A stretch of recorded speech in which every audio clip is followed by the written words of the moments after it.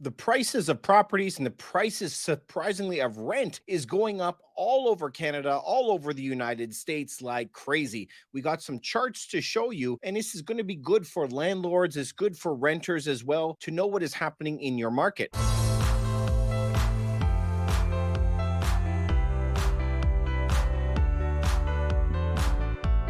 So for landlords, we might be wanting to increase our rents.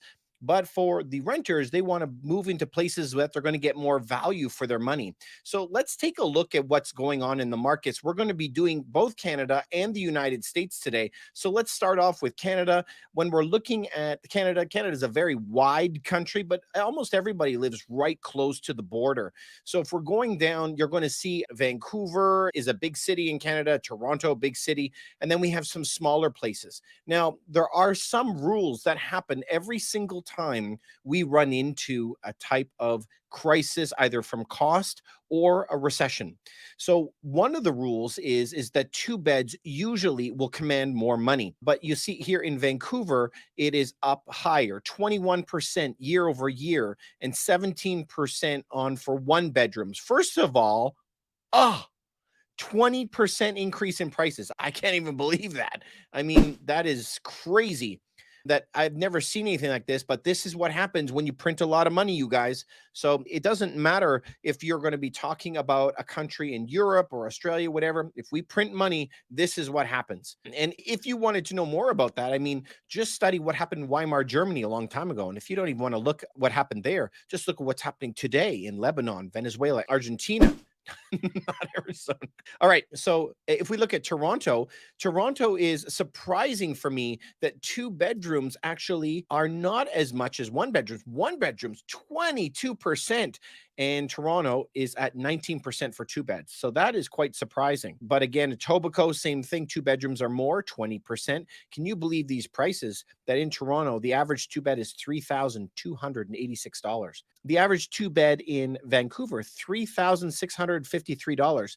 This is shocking prices, right? And it's also surprising to me that Vancouver is the most expensive. Toronto's number two. The third most was Etobicoke, which is just, it's partly in Toronto and partly outside of Toronto. It's just on the border of the city, but smack dab in the middle of the greater Toronto area.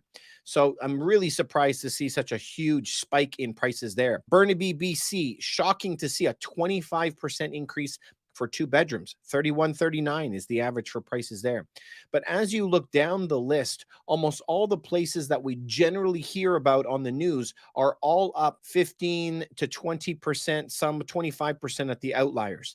Now, there is some softer increasing areas.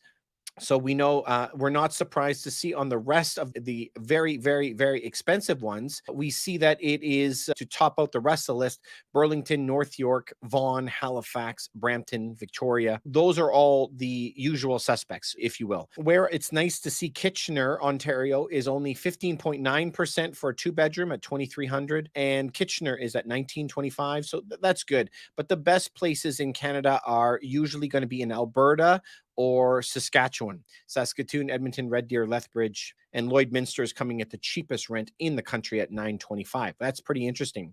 Now, if we're going to move over to the United States, we're seeing that national levels in the United States are also going up. So don't pay attention to the yellow line. That's just the percentage of difference. But we want to look at these blue blocks that are here. So if we just look at 2019, so before all of the problems that we had, we see that rents were fluctuating between 1600, 1619, 1630. But now we saw when they started money printing, like on cue, you guys, on cue, April 2020, just check that out. Prices already went up to 1682. 1740 by that July. Then look at where we were in 2021. All of a sudden, 1790. It peaked out until last August, which is when we know we started to turn on the interest rates, all the way up to over $2,000, which is really, really, really expensive. So if we're going to look at the ones with the highest year over year growth, South Dakota up 24%. That's a shocker to me to see that. Mississippi is up 18, New Hampshire is up 15, North Dakota up 14. Arkansas 13%, Alabama 12%, Iowa 12, Florida 11. I'm surprised Florida is not much higher than that. Delaware, not surprised, and Nebraska is 10. So why are we not surprised by some of these? Some of these we're surprised about and some were not. But North Dakota, 14%, not very surprised there because Fargo is there and so much business is moving there. Florida, so much business is moving there.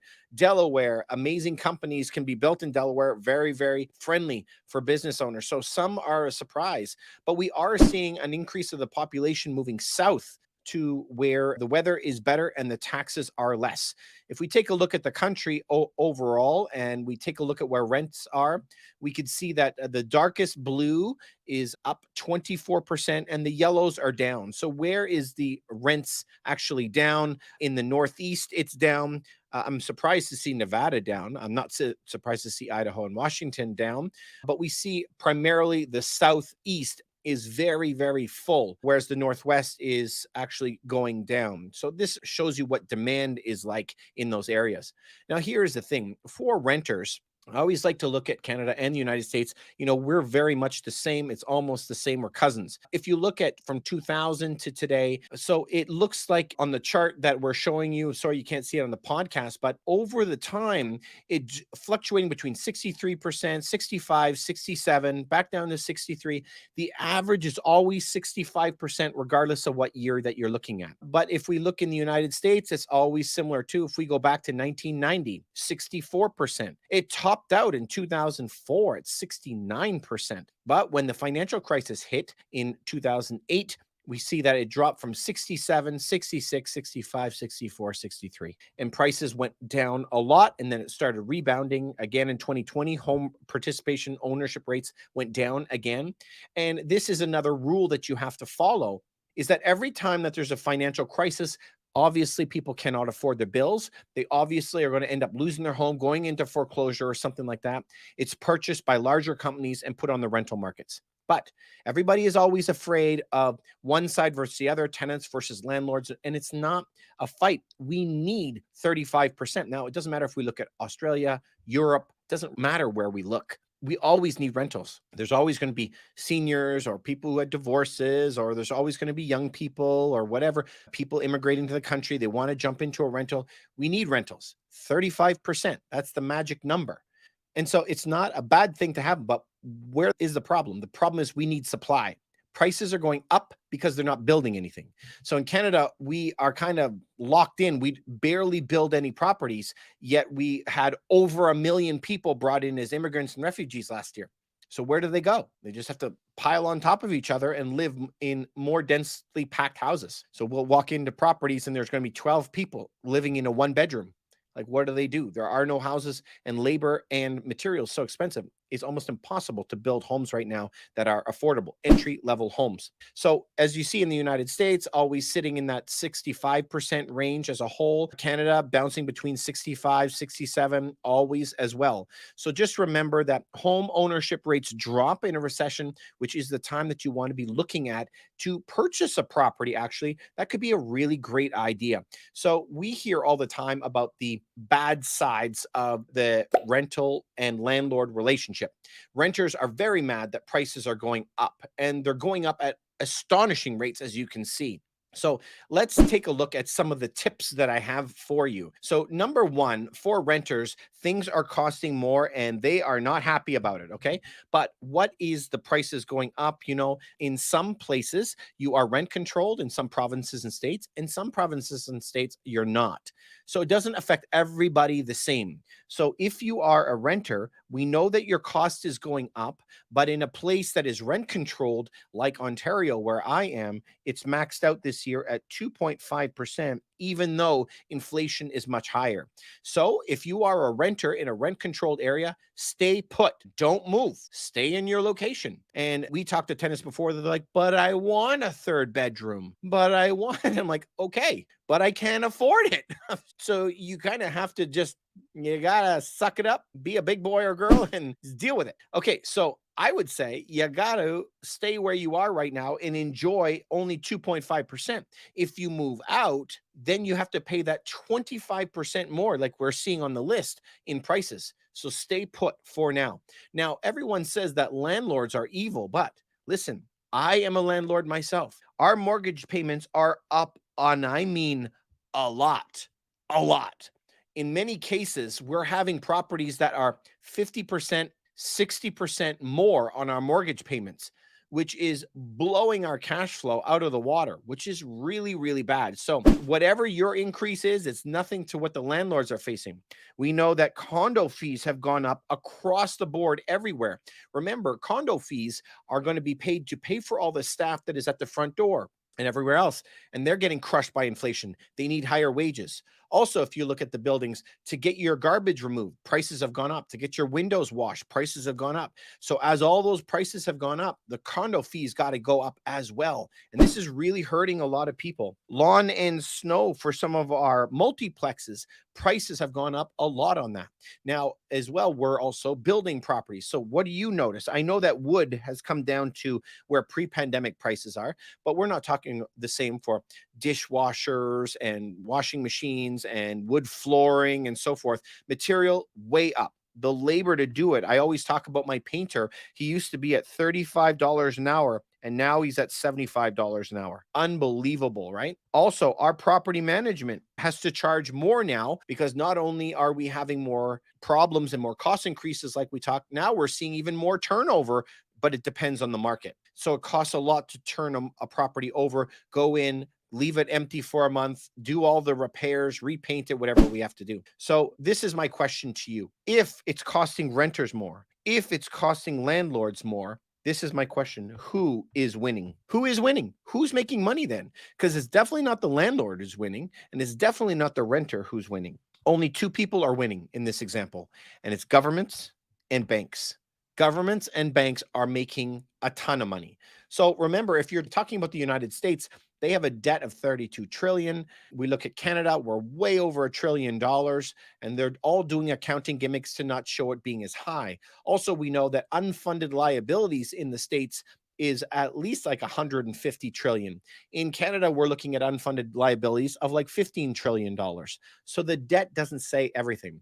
And what is an unfunded liability? Everyone gets confused by this, and it's not really confusing. If I have a debt, I have it on a credit card, right? And I have to pay that off next month. But if I had a baby, this is the example I always use. I know I paid for his food and diapers and stuff today, but I know that in 5 years, I got to send him to school. And I have to buy him a snowsuit. I live in Canada. I have to buy him a high chair. I have to buy him clothes and food and everything.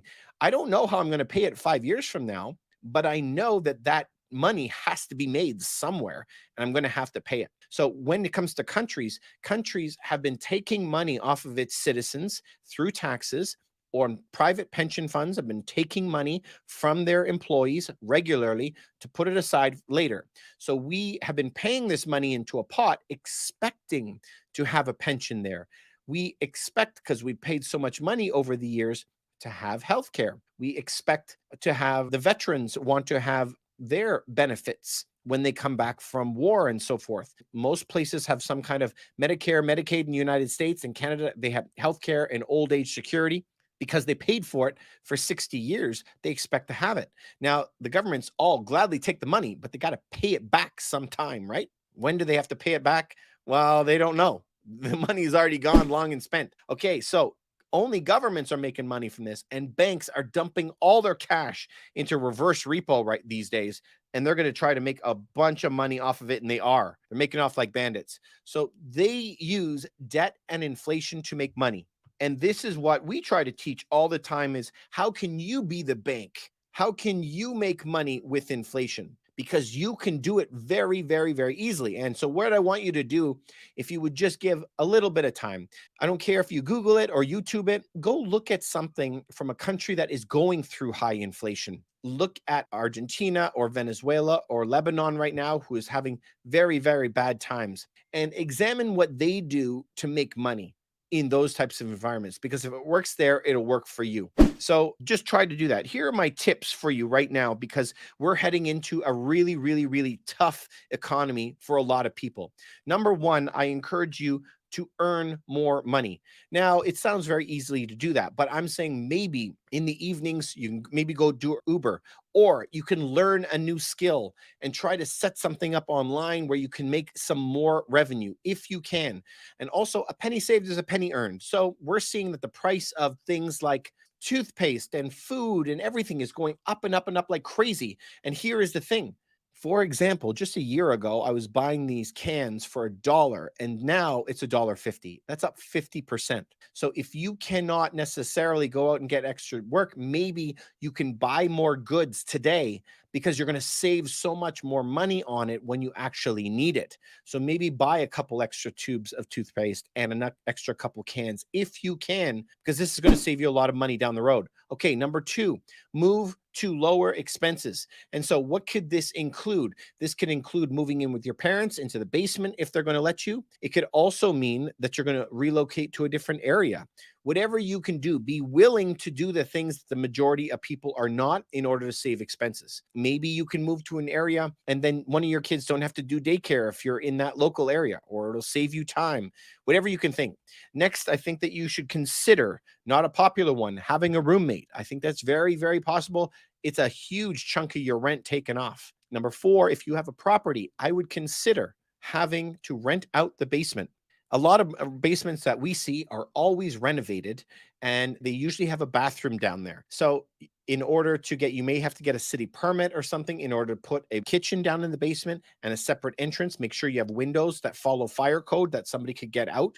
Just make sure it's safe for them and rent out the basement. Just consider if you can get to that. It's a huge chunk of your mortgage. In a place like we live in Toronto, Canada, I mean, almost everybody has a basement rental. Number five, this is a tough one. Move to a low tax place. So I'm saying in the United States, we're seeing some massive, massive migration internally, where we're seeing people from the New York, Boston, Philly region all moving down to warmer states. We're seeing them leave expensive cities.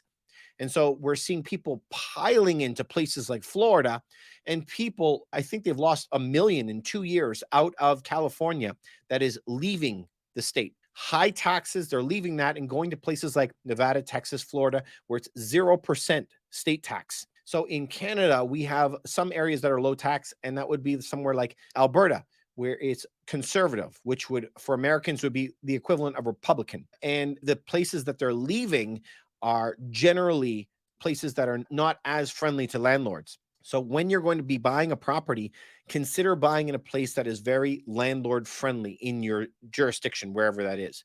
But I'm saying consider moving to a low tax place. Perhaps if you move there. Now, again, they say my friends and family aren't there, but again, your friends and family aren't usually the ones paying the bills. Also, if you're staying in the city, I recommend that you get into a 2-bedroom that is rent controlled. So it really depends on what you mean by this. I have to give you some context.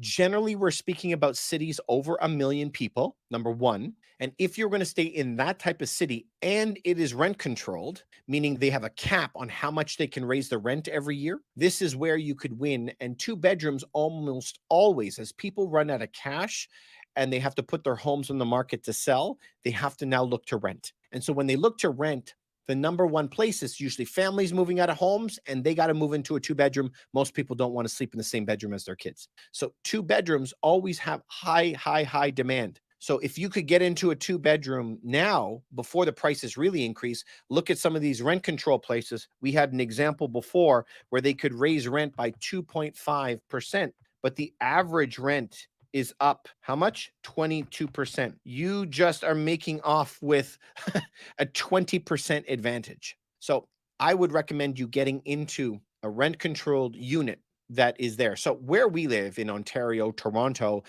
buildings that are built after 2018 and occupied, then they have no limits on how much they can raise the rent. And it really depends on your jurisdiction, what type of property they could raise rent on or whatever. But you want to be in somewhere that's stable and then start to figure out how we could ramp up the amount of money that you're making. So when you are going to rent, please just try to have some patience. There is huge lines for these. Sometimes there's 8, 10 different offers, which means that they had 100 people look at the unit.